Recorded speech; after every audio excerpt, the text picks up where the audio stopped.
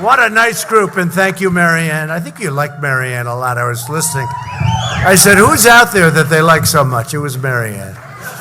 Please sit down, please. Before I begin, I want to send my warm wishes to the great people of Tennessee in the wake of the horrible and very vicious tornado that killed at least 19 people and injured many more. We're working with the leaders in Tennessee, including their great governor, Bill Lee, to make sure that everything is done properly. FEMA is already on the ground, and I'll be going there on Friday. Our hearts are full of sorrow for the lives that were lost. It's a vicious thing, those tornadoes. I've seen many of them during a 3-year period, and I've gotten to see the results, and they are vicious. If you're in their path, it's bad things happen. There's really bad things happen. I went to Alabama 9 months ago, and I saw the devastation that left in Alabama too. And everybody was so incredible. The people were so incredible, but so many people get killed if you're in the path. And we'll be going, as I said, to Tennessee on Friday. We send our love and our prayers of the nation to every family that was affected, and we will get there, and we will recover, and we will rebuild, and we will help them. And condolences, tough situation. Such bad news when you see that. I'm honored to be here with the National Association of Counties at your annual legislative conference. It's a great group of people. I've dealt with you for a long time over the years, and every once in a while I'll find one I don't like, but generally speaking, you're fantastic. Sure. And when one of you are in the way, it's very tough to get that job done. And when you're helpful, it's real easy, and we get it done, and we produce a lot of jobs and good results. And I just want to say you're very important, and people that are doing what I do before I got here, we realize how important you are. Incredible job, really. I've met some of the most incredible people doing exactly what you do. Thank you very much. So in this room, there are over 1,200 county leaders whose incredible devotion, talent, and drive directly and profoundly improve the lives of millions of Americans each and every day. I want you to know that my administration will always be your friend and partner and ally and resource as you work to deliver an amazing future for your counties and for your communities and for the country itself. As I said in my State of the Union address, 3 years ago, I've had a number of State of the Unions already. Can you believe it? But this was 3 years ago. We launched the Great American Comeback, and we really did. We launched it with a vigor and with a certain splash that nobody's seen in a long time. And what we've done in our country has really been incredible. Our country is so strong now. We've rebuilt our military. We've cut taxes, we've cut regulations, you know regulations. You know the regulation business. I think you know the regulation business better than any group I can think of. Now, sadly, about 5% of you are saying, oh, gee, I wish they wouldn't have cut. But 95% of you are saying it was redundant and it was a problem. And, you know, I talk about highways that would take to get approved. It would take 18, 19, 20 years. I can give you many examples, too. Not even big highways, sometimes roadways. But we've cut regulations at a level that nobody has ever thought possible. And we've done it with the extraordinary help of local officials, people like yourselves that worked with us and worked with Department of Transportation and all of the other departments that we work with. We've got it down where it would take sometimes 20, 21 years to get approvals for a highway. We think we have it down to 2. I want to get it down to 1, meaning that it can get rejected. We have safety concerns that we have to look at. We have environmental concerns, many concerns we have to look at. But to go 20 years and then get a rejection, how about that? How many of those have where you wait, let's say 10 years, and then at the end of 10 years they vote and they reject you, okay? There's been a couple. I guarantee there's some people in the room. I've been involved in a couple of them. That's not fun. You devote a big chunk of your life to something and then you lose 3-2. You go home, how did you do, darling? Not good. A lot of power in this room. You don't know the power you have. Yes, you do. But we've hosted nearly 50 White House events, welcoming over 3,000 county leaders from all 50 states to forge powerful new bonds of cooperation. As we speak, my administration is working very closely with state and local leaders to confront the coronavirus. We're really working hard on it. Vice President Mike Pence is leading the White House Coronavirus Task Force. He's doing a really fantastic job, too. We have already met with state, county, and health officials in 30 states and conducted regular briefings with governors to coordinate our response and contain the disease. And it just shows you what can happen. 6 weeks ago, 8 weeks ago, you never heard of this. All of a sudden, it's got the world aflutter, and but it'll work out. But it's just unseen. You have it all the time. Not to this extent, sometimes to a greater extent, relatively speaking. But things happen that you never would even think would happen, and then you have to confront it. You have to do a lot of good work, and you take care of the situation. You people do that better than anybody that I can think of. America has the world's most advanced public health system. We know that our county health officials play a frontline role in battling public health threats, and we are working with Congress very closely to pass supplemental legislation that ensures state and county health departments get everything they need. I asked for $2.5 billion. It looks like they're going to give us $8.5 billion. I don't think that's ever happened to me before. So I think I should say I'll take it, right? Right? I asked for 2.5, they give me 8.5, I say I'll take it. But no, everyone's working together very well to prevent the uncontrolled spread of the disease. I ordered sweeping travel restrictions and did them very early, as you probably have heard, earlier than people wanted me to do them, and it turned out to be a wise decision. We increased travel advisory levels, established screening measures, and imposed historic quarantines. We urge all of you to share information about basic health and safety practices with your communities back home. CDC has all of the information. It's listed all over, and it's a good thing to refer to. But that's why, following my remarks today, you'll hear from Dr. Robert Redfield, the director of the Center for Disease Control and Prevention, and they're doing a fantastic job. They are working round the clock. America has the world's greatest professionals working, and they are working very, very hard. We're moving aggressively to accelerate the process of developing a vaccine. I met yesterday with the biggest drug companies, Pfizer and Johnson & Johnson, and many of the other great companies, and a lot of good things are happening, and they're happening very fast. I said, do me a favor, speed it up, and they will. They're working really hard and quick.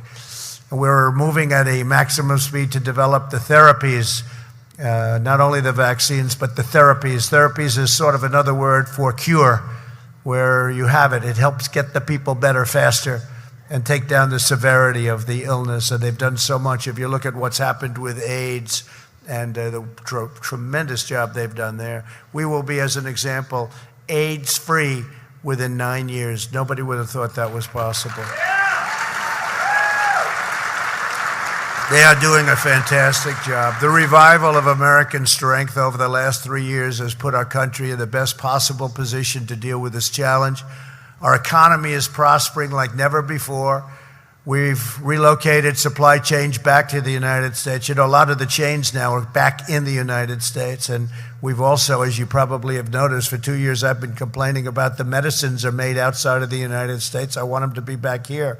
If there's a reason why we can't use a certain country, for lots of reasons, I want it to be made here, and we've already started that process before this happened. But this sort of explains why we have to do it pretty well.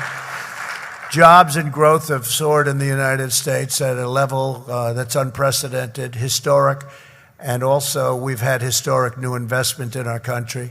No country on earth has had greater power to overcome adversity, what we've done in so many different ways. We've rebuilt our military, $2.5 trillion. You know, it's wonderful to have a good budget, but if we don't have a strong military.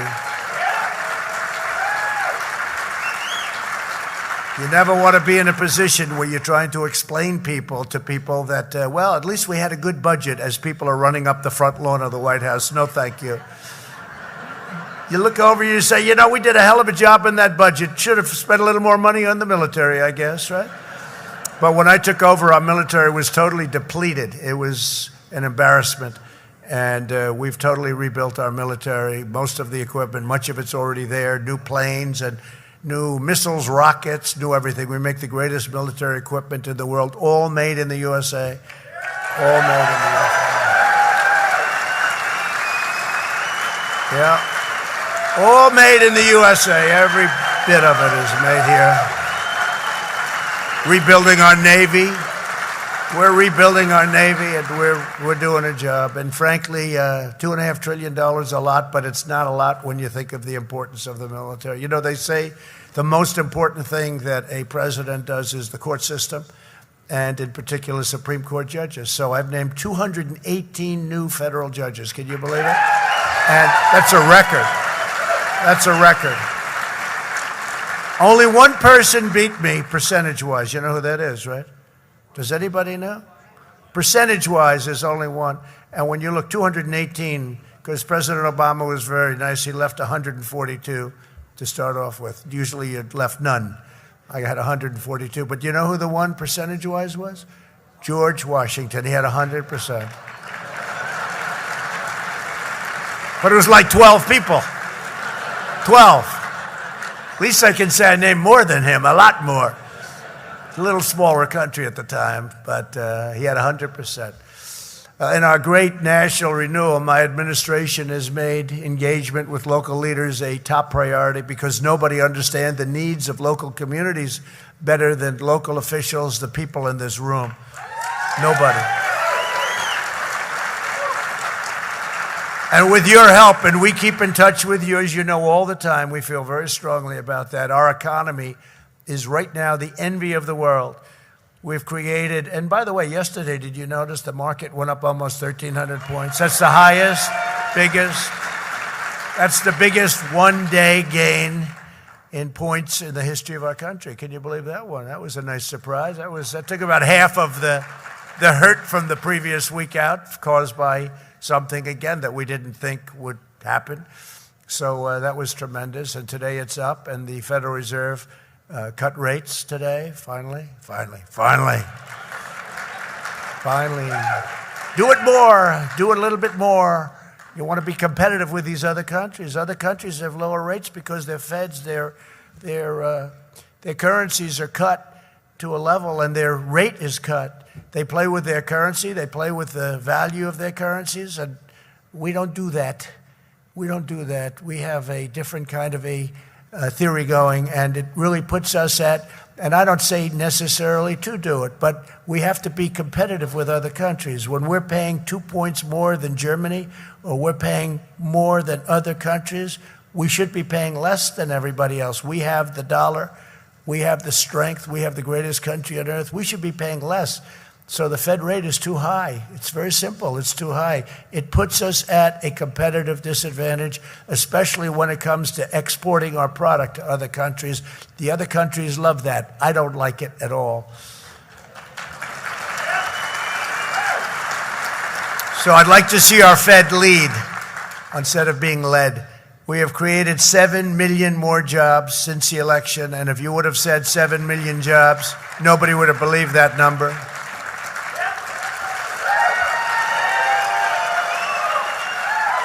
The optimistic projection by the previous administration was 2 million jobs, that it would be 2 million by this time, and it turned out to be now over 7 million jobs, so that's something really incredible. African American, Hispanic American, and Asian American unemployment have reached the lowest level in history, you know that.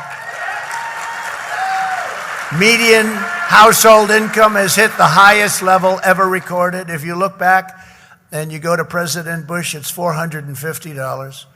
If you go to President Obama, and that's for 8 years, remember. If you go to President Obama for 8 years, $975. And if you go to President Donald John Trump, over a period of 3 years, it's almost $10,000. That's a big difference. So it's much more over a much shorter period. And if you think about it, take a look at it and look at the result.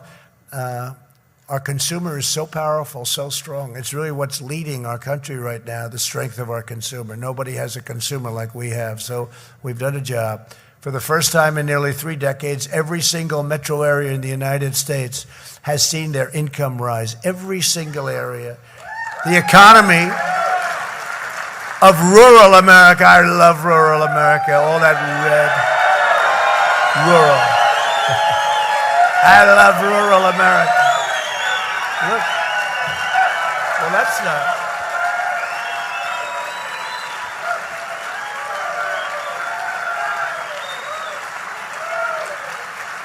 That's great.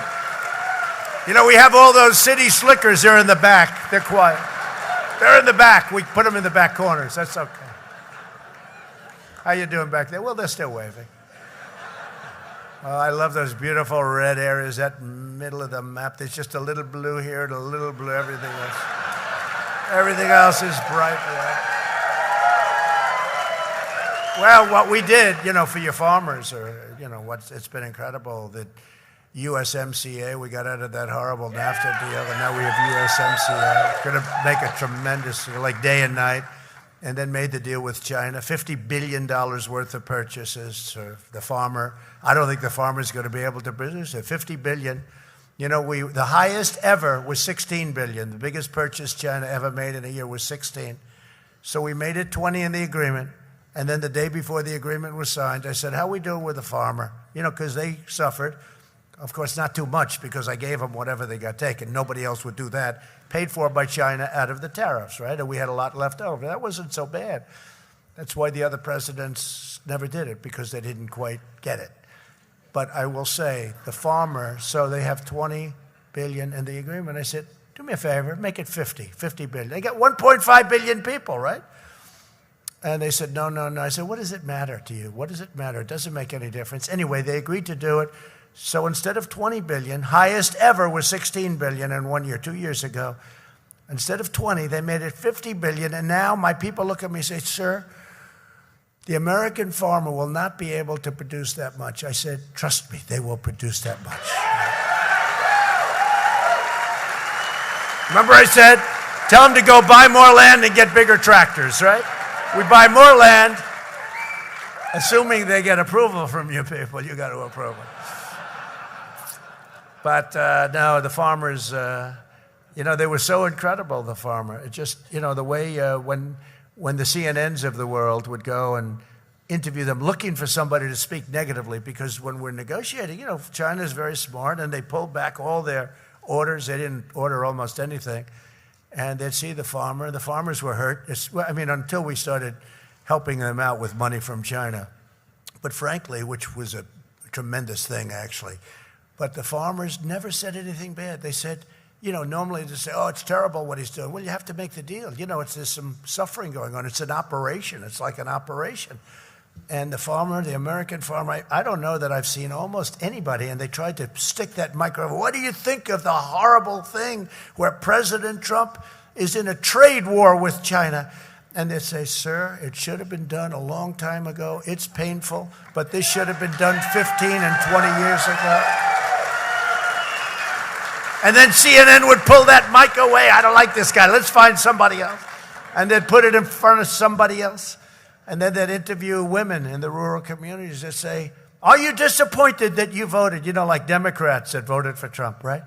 Are you disappointed? They had one about 2 weeks ago, right? You saw it. It was a classic. I think they convinced CNN that they were going to say bad things about me. 10 just incredible women. And they convinced them. And you are women that voted for President Trump last time. Who are you going to vote for this time? 10, all of them. They go, Trump. What? What? What? That was a crowd.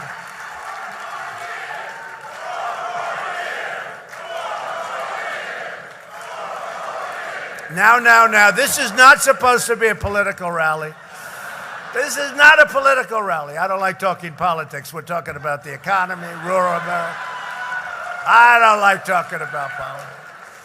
This is a pretty wild group you have here. But it's a great group of people. It's a great feeling. You can feel it. I mean, we have a great group of people, and I appreciate it. The economy of rural America has grown 30 times faster under my administration than during the 4 years prior to my election. Think of 30 times. 30 times. Even that sounds like an exaggeration. If it is, you'll read about it tomorrow on the Washer. They'll give me a Pinocchio. Well, that's what they have. They had to get it somewhere. I know one thing I know, it's grown a hell of a lot faster. 30 times sounds like a lot, but they're doing great. Together, we're building the most prosperous economy and the most inclusive society ever to exist in this country. Under our massive tax cuts, governors across the country have designated nearly 9,000 distressed communities as opportunity zones, and neighborhoods are being revitalized every single day. You see that. The opportunity zones, it's Tim Scott. Senator Tim Scott from South Carolina has been so incredible. He came in with the idea of opportunity zones, and I don't think there's been anything like it. We have thousands all over the country in areas that haven't seen investment in 40 years.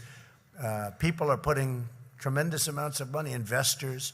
Sometimes you'd say rich people are putting money in, they're creating jobs, and they're happy with it. Nobody's seen anything like it. It's really prospering. Maybe because the economy is so good, but things like that help make the economy good. So it's been very unusual. Usually that stuff, almost never does that stuff work. And then the government comes in with massive subsidies and loses their shirt. This is something where people are investing in areas that they would have never, ever in a million years invested in, and it's become a tremendous success. The fake news doesn't like talking about it, unfortunately, but one day they will, because I think you can't help it. It's become one of the great successes. We're also promoting workforce development through our pledge to America's workers.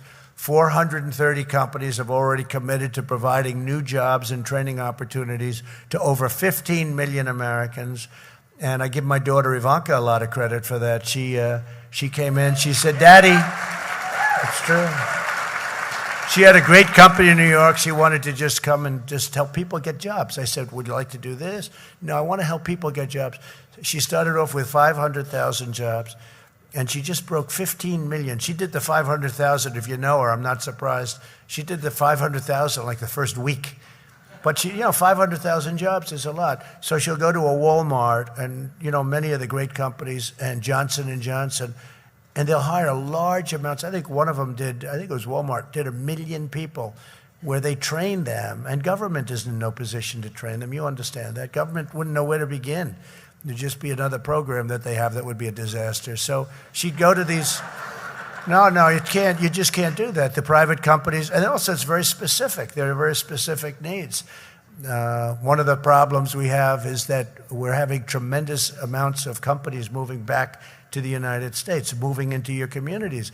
And the problem they have is, in many cases, they can't get help. And now what they're doing is they're taking people that didn't have jobs and they're training them, specifically training them. And Ivanka's done that job, and it's been incredible. In the State of the Union address, I called on Congress to support my plan to offer vocational and technical education in every high school.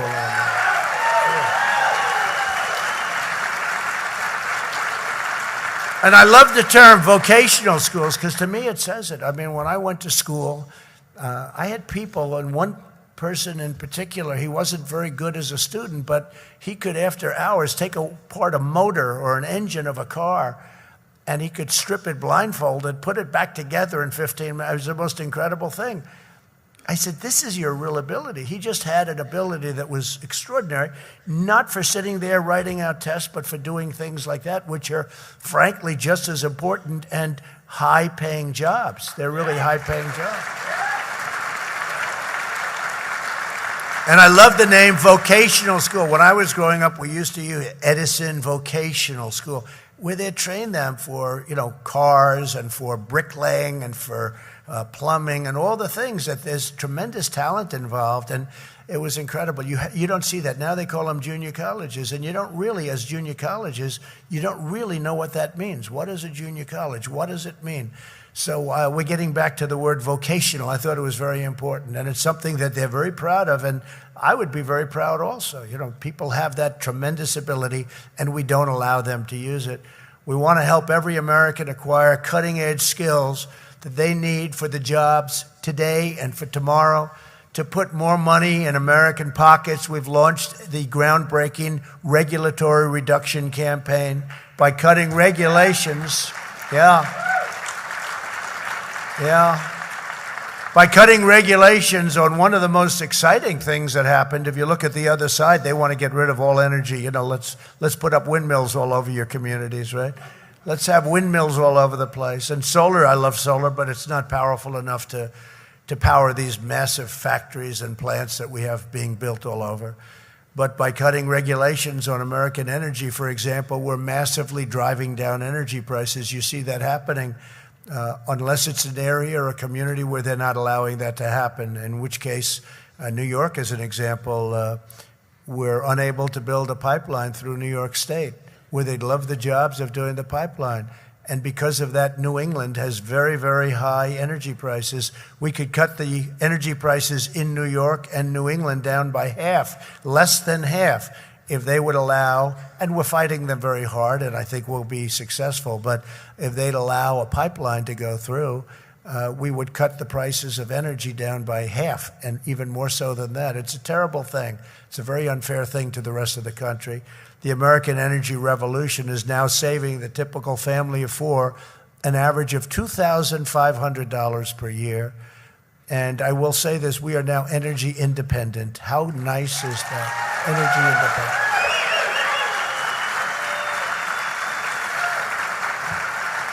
independent. Energy independent. That's why you don't see all those ships going out to the straits and coming back, and they keep looking for our ships. What happened to the USA ships? I don't see them too much anymore. But we're energy independent, and we're the largest producer of energy by far in the world. It wasn't that way not so long ago.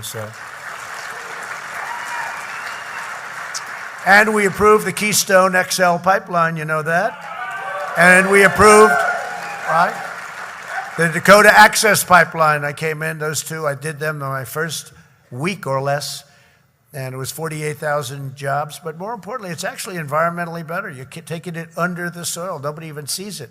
You're under the soil as opposed to trains and the problems that can happen. So it's been a tremendous thing. But with us today is Rebecca Long, the commissioner of Lee County, New Mexico. Oh, I love how am I doing in New Mexico? I hear we're going to win New Mexico. We're going to win New Mexico. Rebecca, please come forward and say a little bit about what's happening on the energy boom, and your state is right up at the forefront, and we're very proud of New Mexico. Now, if I don't win it, I won't say that. I'll take it.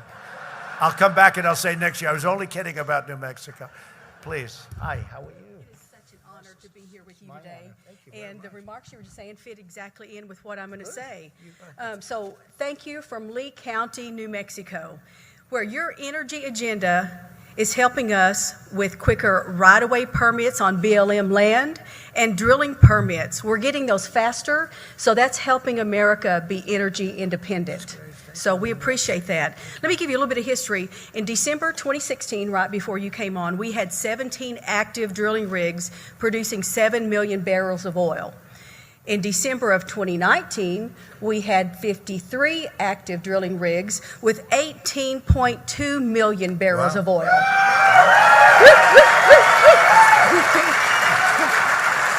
So right now, Lee County, New Mexico is the second largest oil and gas producer in the United States. Wow. And soon we will be first. And thank you so much for all you do for us. That's fantastic. Energy independence is so important, and we appreciate that you know where we are and who we are. Thank you. Thank you.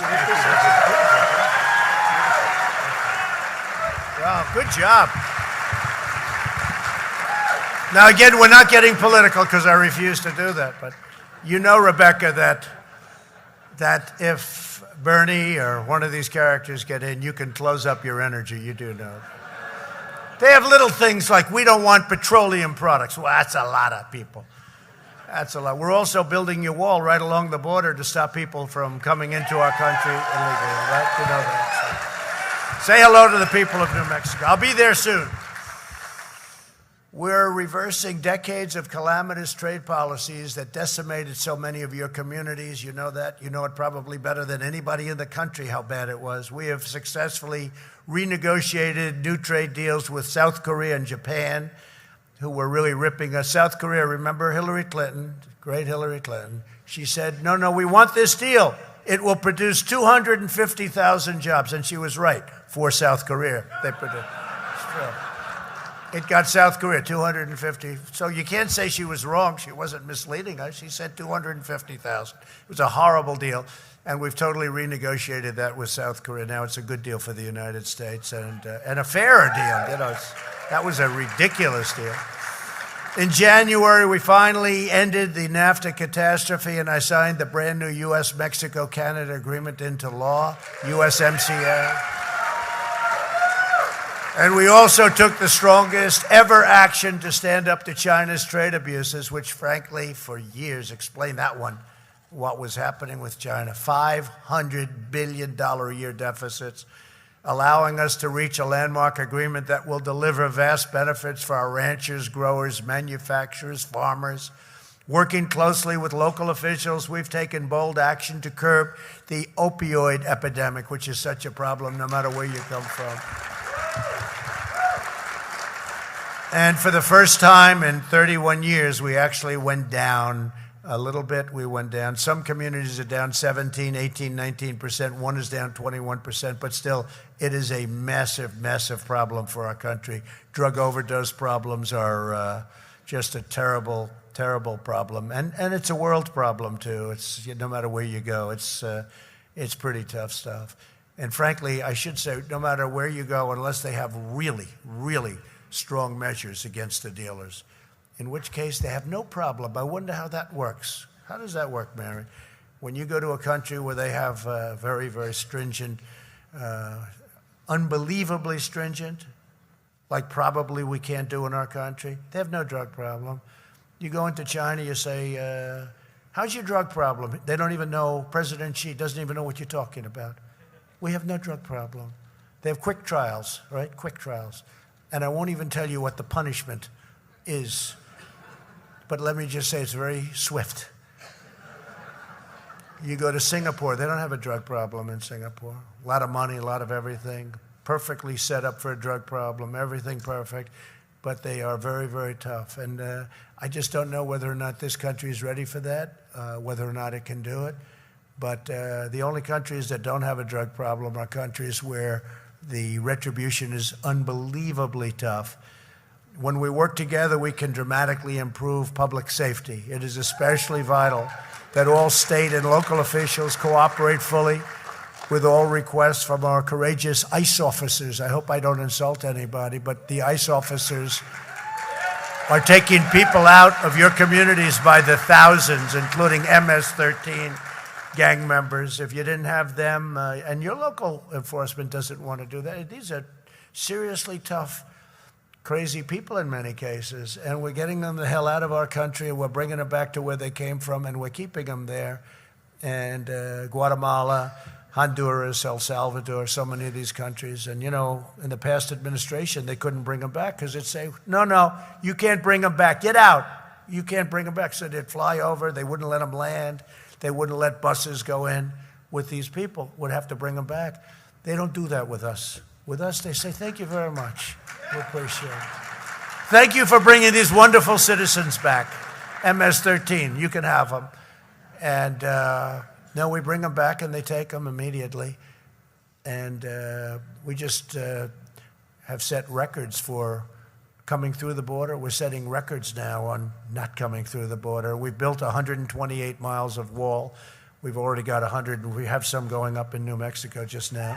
But we have 128 miles. And you think that was easy, getting that thing? I could do anything. I could rebuild a military for $2.5 trillion. But if you were going to spend 10 cents on a wall, it was like you couldn't do it. They would shut down the country.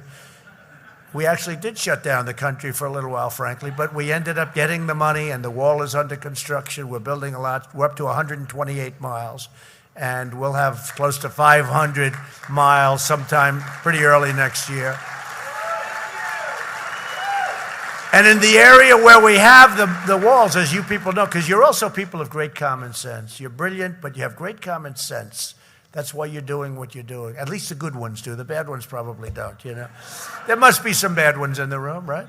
But it's a matter of common. So much of life and so much of government is common sense. But where we have a wall, the numbers just went down to almost zero.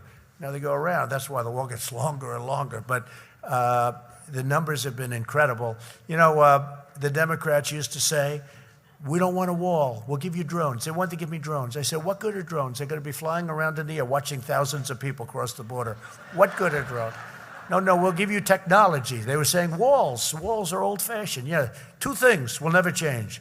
A wall and a wheel, right? A wheel. Come back in 1,000 years, you're going to have a wheel. Come back in 1,000 years, you're going to have a wall. They're probably the only two things that aren't going to change in life. But it is true when you think of it. So we have 128. We're building it rapidly, and it's exactly what Border Patrol wanted. They did tests on every form of wall you can have. And it's an expensive wall in terms of expensive, very expensive per square foot. But it's the kind of wall we need. We might as well, if we're going to do it, we might as well do it right. They had a big story 2 weeks ago that the wall fell down. My wall fell down. You know, I'm saying how strong it is. I always like to brag about it because it really is. It's deep set into the ground, surrounded by heavy concrete and steel. It's actually made of steel on the outside, concrete and rebar inside. It's got everything, right? And one of the big newscasters said, the wall fell down. I said, oh, this is bad. I'm building a wall. It falls down. That's terrible. So I go, what the hell happened with the wall? Well, sir, they had a tremendous windstorm, and we were just setting it in very wet concrete. We were holding it up as much as we could until the concrete dried, and the wind came at 58 miles an hour, sir, and it blew the wall over. We put it back up, and we held it with cranes. I said, you mean you were putting it up, and the concrete was soaking wet? Yes, sir, we just put it in the concrete, and it fell down. Oh, they didn't say that. They didn't say that.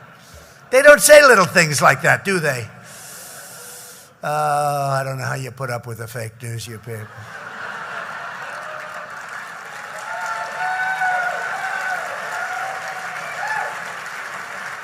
Americans are safest when we support the heroes of federal, state, and local law enforcement. My administration, they're incredible people. They do an incredible job, and I'll tell you what, they're very much appreciated in our country. You know, you read so many things, but they're very much appreciated. And ICE has done an incredible job of getting some very bad people out of your communities. My administration is also reshaping our nation's approach to mental illness. My budget calls for almost $5 billion to improve access to inpatient mental health care through Medicaid. And as you know, county jails were not meant to deal with the mental illness problem.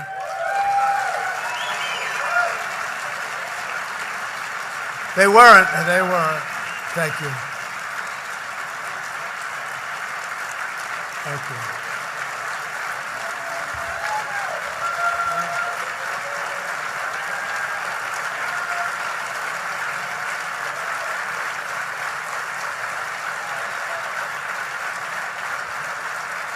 I didn't know that was going to hit such a high note, really. I mean, that's incredible. I didn't know that was going to be appreciated the way it's meant to be. But you understand the situations. You understand, the people in this room understand all of the things we're talking about better than any people I can imagine, even people in Washington. They don't, you're on the ground. So when you make a statement like that's very meaningful to me when you give it that kind of a response. I wouldn't have thought it would have had that response. It's also not compassionate to leave those with mental illness on the streets, and you see that.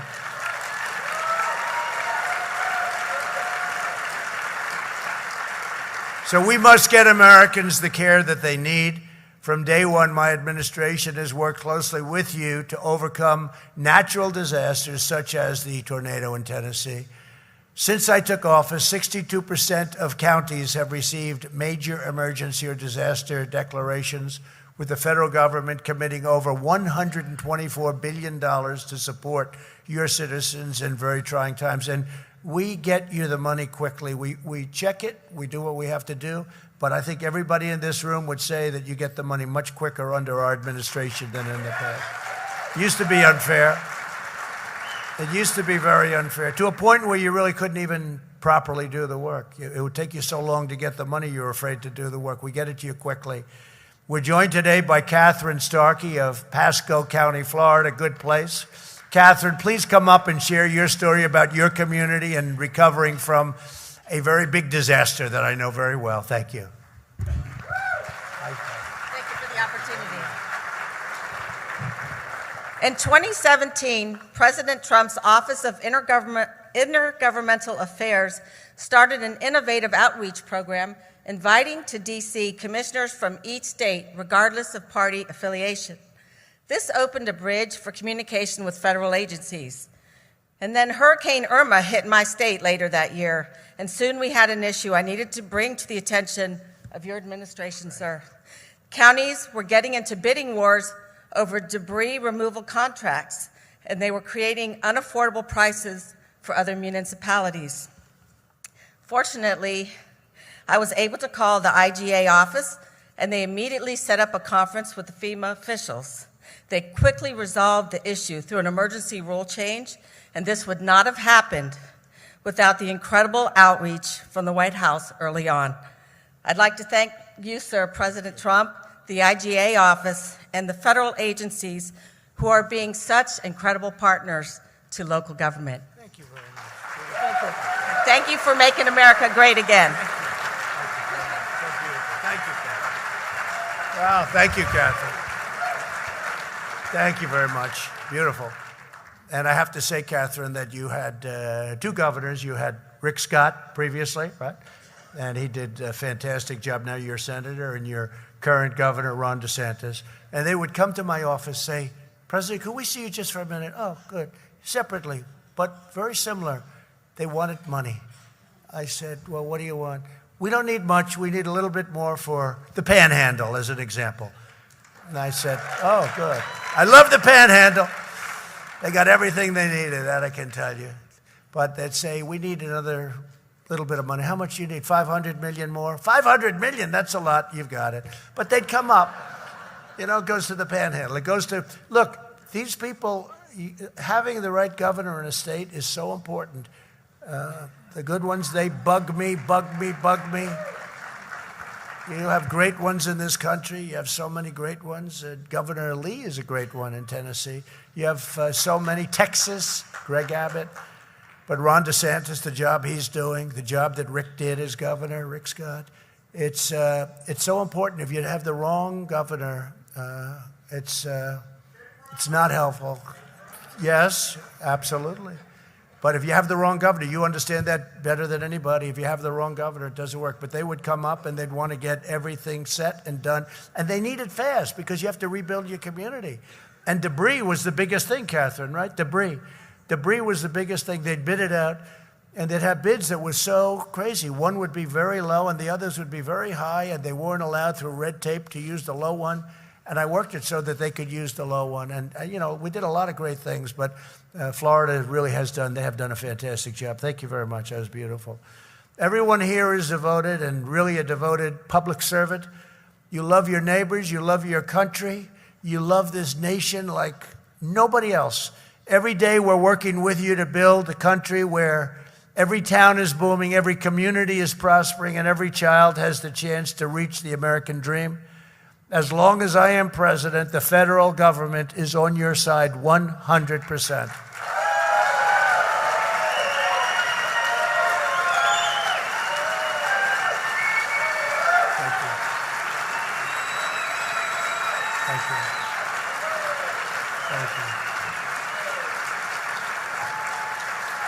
You will always have a very important seat at the table. And you will always find an open door at the White House. Many of you have come to the White House, and we've had a lot of good discussions. No matter what community you represent, we're all united by our loyalty to the citizens we serve and the knowledge that America is the most exceptional nation anywhere in the history of the world. To every county leader, and it's so brilliant to have you here because you really are the people that know it the best. And I really know that much more from my previous life. This life is different, to put it mildly. I thought it would be easier. It's actually much tougher. But I know it from my previous life. I know the talent that you have, the insight that you have. It's really incredible. And I want to thank you for your unbelievable service. Thank you for your selfless devotion. And thank you for fighting for a glorious future of American greatness. God bless you all. God bless America. Thank you very much. Thank you.